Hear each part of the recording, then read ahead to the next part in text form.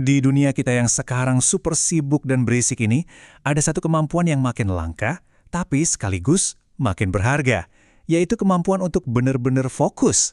Nah, kali ini kita akan bedah bareng sebuah ide yang bisa jadi mengubah cara kita bekerja selamanya, deep work. Pernah nggak sih ngerasa seharian tuh sibuk banget, balesin email, meeting sana-sini, tapi pas sore malah mikir, tunggu dulu, hari ini aku sebenarnya ngasilin apa ya? Kalau pernah, tenang, Anda nggak sendirian. Ini perasaan yang umum banget di dunia kerja modern yang serba terpotong-potong. Dan ini bukan cuma perasaan loh, ada datanya. Sebuah studi dari McKinsey ngasih lihat fakta yang jujur aja lumayan mengejutkan. Rata-rata pekerja kantoran itu menghabiskan lebih dari 60% waktunya cuma buat komunikasi elektronik dan cari-cari informasi. Bayangin deh, lebih dari setengah minggu kerja kita habis buat hal-hal kayak gitu. Ternyata, kondisi sibuk tapi nggak produktif ini ada namanya shallow work atau kerja dangkal. Ini tuh ya kesibukan di permukaan, balesin email sambil lalu, bolak-balik ngecek media sosial, ngerjain tugas-tugas logistik yang nggak butuh mikir dalam-dalam. Pekerjaan ini mungkin penting, tapi nggak menciptakan nilai baru yang benar-benar signifikan. Terus apa lawannya? Nah, ini dia jagoan kita, deep work. Coba lihat deh perbedaannya. Deep work itu adalah saat kita kerja dengan konsentrasi penuh, tanpa gangguan sama sekali, yang benar-benar mendorong kemampuan otak kita sampai ke batas maksimal. Hasilnya, sesuatu yang sulit ditiru orang lain dan punya nilai yang super tinggi. Ide ini sebenarnya bukan barang baru loh.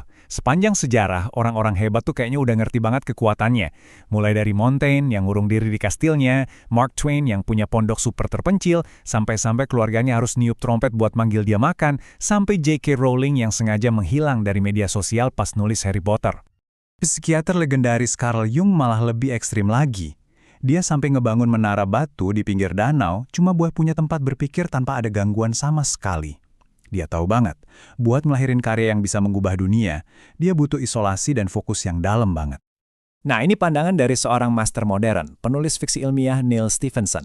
Bagi dia pilihannya simple, mau punya waktu panjang tanpa gangguan buat nulis novel yang keren, atau mau punya waktu yang isinya cuma serpihan-serpihan email. Jelas dia pilih yang pertama.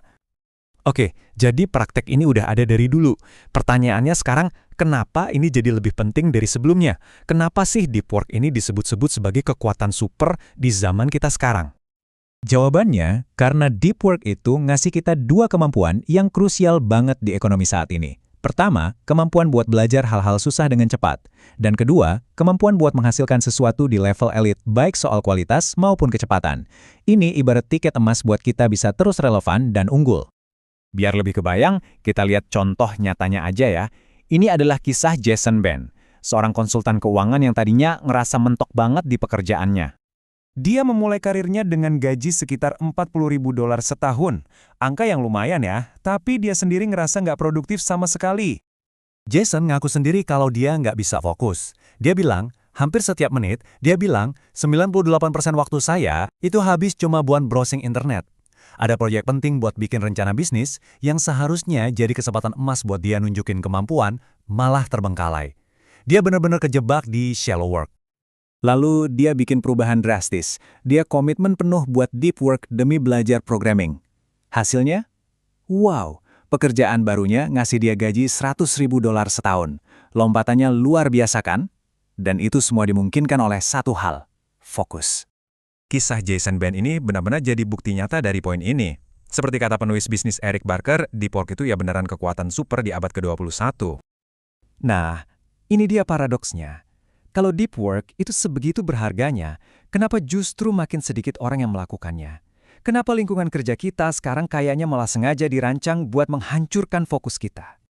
Jawabannya ada di sekeliling kita kok. Kantor berkonsep terbuka yang penuh distraksi, budaya pesan instan atau chat yang menuntut kita respon secepat kilat, dan asumsi yang salah kaprah bahwa kelihatan sibuk itu sama dengan jadi produktif.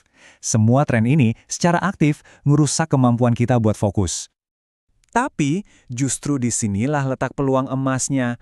Karena deep work jadi barang langka, siapapun yang mau dan bisa ngelatih kemampuan ini bakal punya keuntungan yang luar biasa.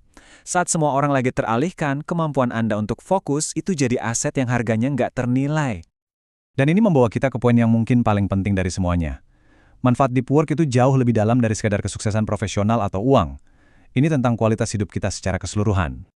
Ada seorang penulis sains bernama Winifred Gallagher. Dia, setelah berjuang melawan kanker, sadar akan satu kebenaran yang mendalam. Pengalaman hidup kita itu dibentuk oleh apa yang kita pilih untuk kita perhatikan. Dunia kita, secara harfiah, adalah hasil dari fokus kita. Jadi coba deh kita renungkan sejenak. Kalau kita menghabiskan hari kita tenggelam dalam lautan email, notifikasi, dan gosip-gosip nggak penting, ya dunia mental kita bakal dipenuhi stres dan hal-hal sepele. Tapi sebaliknya, hari yang dihabiskan dalam fokus yang mendalam bakal ngebangun persepsi dunia yang kaya, penuh makna, dan punya tujuan. Pada akhirnya, kesimpulannya sederhana tapi sangat kuat. Mengembangkan kemampuan untuk bekerja secara mendalam itu bukan cuma soal jadi lebih jago di pekerjaan kita. Ini tentang membangun kehidupan yang lebih baik. Kehidupan yang mendalam adalah kehidupan yang baik. Jadi, saya mau tinggalkan Anda dengan pertanyaan ini. Kalau Anda bisa merebut kembali fokus Anda dari lautan distraksi ini, kira-kira karya luar biasa apa yang bakal Anda ciptakan? Kehidupan seperti apa yang bakal Anda bangun?